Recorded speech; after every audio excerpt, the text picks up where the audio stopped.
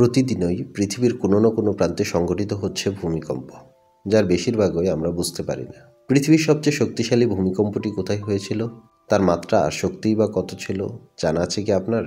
আমাদের আজকের ভিডিওতে আমরা জানাবো পৃথিবীর সবচেয়ে শক্তিশালী ও ভয়ঙ্কর ভূমিকম্পটি সম্পর্কে। অজানা অচেনার আরও একটি নতুন ভিডিওতে আপনাকে স্বাগতম।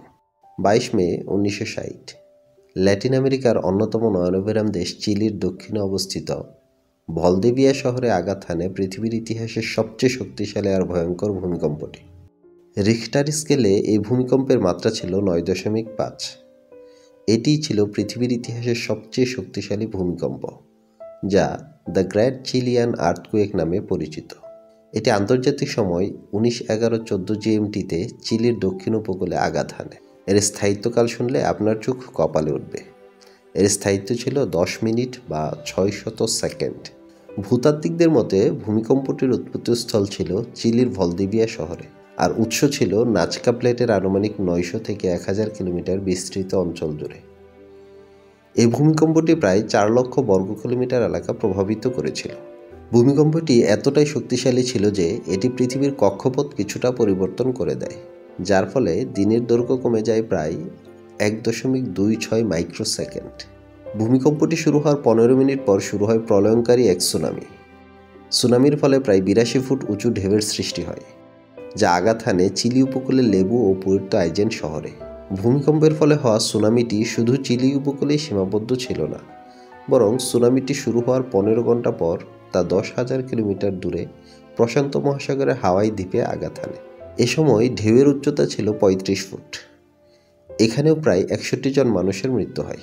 সুনামিটির 22 ঘন্টা পর 18 ফুট উঁচু ঢেউ নিয়ে জাপানের হনশু দ্বীপে আঘাত হানে, যার ফলে এই দ্বীপের 138 জন মানুষ মারা যায় এবং 1600 ঘরবাড়ি ধ্বংস হয়।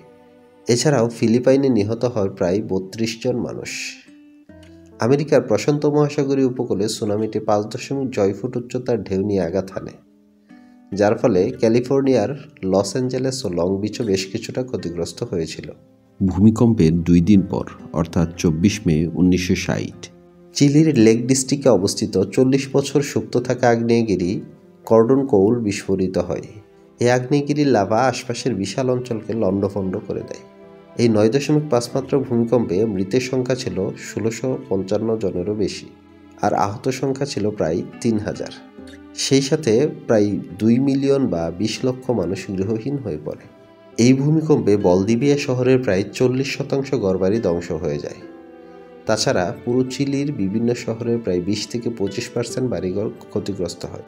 তবে চিলির ঐতিহ্যবাহী কাঠের ঘরগুলো তুলনামূলক কম ক্ষতিগ্রস্ত হয়েছিল। বিভিন্ন জরিপে দেখা যায় এই ভূমিকম্পের ক্ষয়ক্ষতির পরিমাণ ছিল 4.3 বিলিয়ন মার্কিন ডলার থেকে 8.5 বিলিয়ন মার্কিন ডলার, যা বাংলাদেশি টাকায় প্রায় 98,000 কোটি টাকা। এটাই মানব ইতিহাসের সবচেয়ে শক্তিশালী নথিভুক্ত ভূমিকম্প, যা সকলের কাছে দ্য গ্রেট চিলিয়ান আর্থকুয়েক নামে পরিচিত। এই ঘটনা শুধু একটি বিপর্যয় নয়, বরং আমাদের স্মরণ করিয়ে দেয় প্রকৃতির শক্তির সামনে মানুষ কতটা অসহায়। ভিডিওটি ভালো লাগলে লাইক, কমেন্ট এবং শেয়ার করুন। আমাদের উৎসাহিত করতে চ্যানেলটি সাবস্ক্রাইব করতে ভুলবেন না।